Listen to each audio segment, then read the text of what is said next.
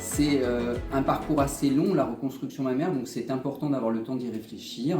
Bonjour, je suis le docteur Yannick Tiroir, je travaille au centre hospitalier de La Rochelle dans le service de gynécologie obstétrique et je fais de la chirurgie mammaire et reconstructrice. Bonjour, je suis le docteur Marie Fourreau, je suis gynécologue obstétricien et chirurgien sénologue. Je fais de la reconstruction mammaire au sein du centre hospitalier de La Rochelle.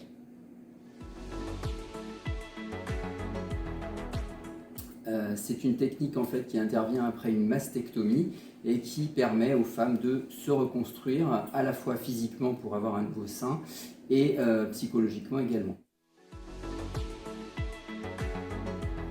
Deux possibilités, soit c'est une reconstruction mammaire immédiate qu'on fait aussitôt après la mastectomie, soit c'est une reconstruction dite secondaire qui peut se faire dans un second temps, dans un délai de 6 à 12 mois.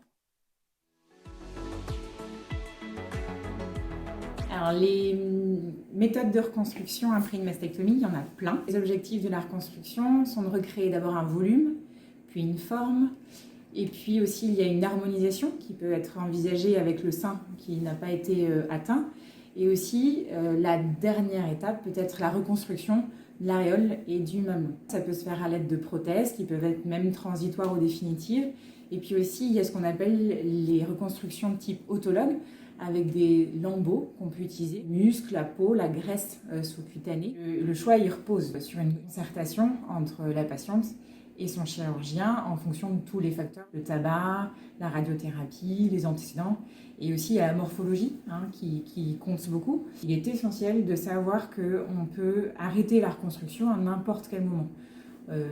C'est la patiente qui, quand elle se sent bien dans son corps, elle peut décider d'interrompre à tout moment la reconstruction. Il n'y a pas d'âge pour une reconstruction et même si quelquefois des patientes un peu âgées nous disent qu'elles n'en ont pas besoin parce qu'elles n'ont plus aller à la plage ou qu'elles ne s'habillent pas forcément de façon nécessitant cette reconstruction, c'est pas le plus important, l'important c'est leur corps et quel que soit l'âge, il faut qu'elles puissent se le réapproprier.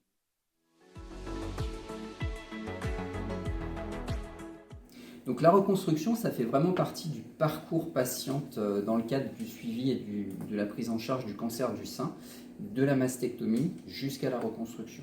Ce parcours, il est totalement pris en charge par la sécurité sociale. Au centre hospitalier de La Rochelle, nous ne pratiquons pas de dépassement. Ça peut arriver dans certains établissements qui, de fait, ne sera pas pris en charge par les caisses de sécurité sociale.